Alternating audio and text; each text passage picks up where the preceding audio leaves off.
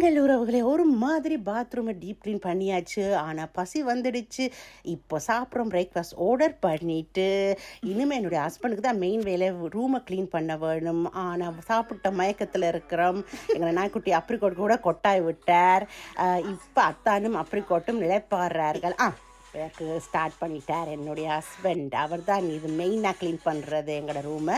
So தூசெல்லாம் தட்டி தூசெல்லாம் துடைச்சி பாருங்க எவ்வளோ மின்ன ஒர்க் பண்ணுறாருன்ட்டு.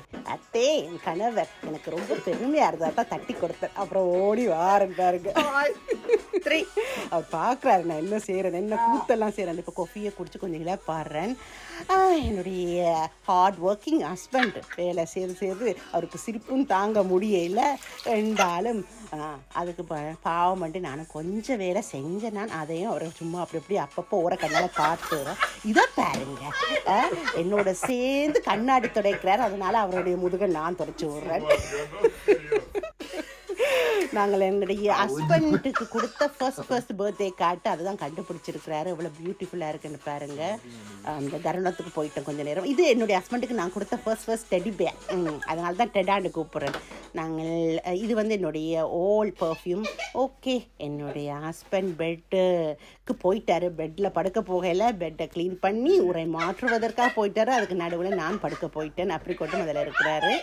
ஸோ இப்போ அவருக்கு கொஞ்சம் சோம்பல் வந்துடுச்சு. அதுக்கு பிறகு அப்ரிகோட்டுக்கு கொஞ்சம் செல்லம். அது பிறகு பாருங்க எப்படியெல்லாம் தூசு தட்டுறாருண்டு. Very good. நல்லா தூசு தட்டிட்டு அழகா பெட்டு செய்வார் அவர். ஸோ அதில் பாரிட்டார் திருப்பி.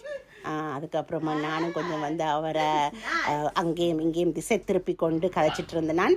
அதுக்கு பிறகு அவருக்கு கொஞ்சம் டயர்ட் வந்துடுச்சு. ரெண்டாலும் இல்லை செய்து முடிப்போம்ட்டு நானும் ஒரு சின்ன கொஞ்சம் வேலைகளை செய்கிறேன். ஹஸ்பண்டு ஒரு மாதிரி பெட் எல்லாம் வட்டிவாக செய்து கொண்டிருக்கிறாரு. பாருங்க சும்மா வெள்ளையாக ஜொலிக்குது. அப்ரிகோட் எங்களோட சூப்பர்வைசர் அவர் அத்தானைத்தான் பார்த்து கொண்டிருக்கிறார். இப்போ ஃபினிஷிங் டச்சு செய்கிறாரு என்னுடைய ஹஸ்பண்டு. உரையெல்லாம் மாற்றிட்டு எங்களுடைய அந்த நேற்று வாங்கின மயில் தலானியை வச்சுட்டாரு. இப்போ பாருங்கள் அவர் ஏதோ ஒரு ஆர்டிஸ்டிக்கான ஏதோ ஒரு டிசைன் உண்டு இந்த பெட்ஷீட்டால் செய்கிறாராம். அதை கேப்சர் பண்ணட்டான். அதை நான் கேப்சர் பண்ணுறேன். பார்த்தாரு. இப்போ சந்தோஷப்பட்டேன். இப்போ இதுதான் அவரோட ஆர்டிஸ்டிக் கலை. ஓகே, இது pillow spray, bed sheet spray.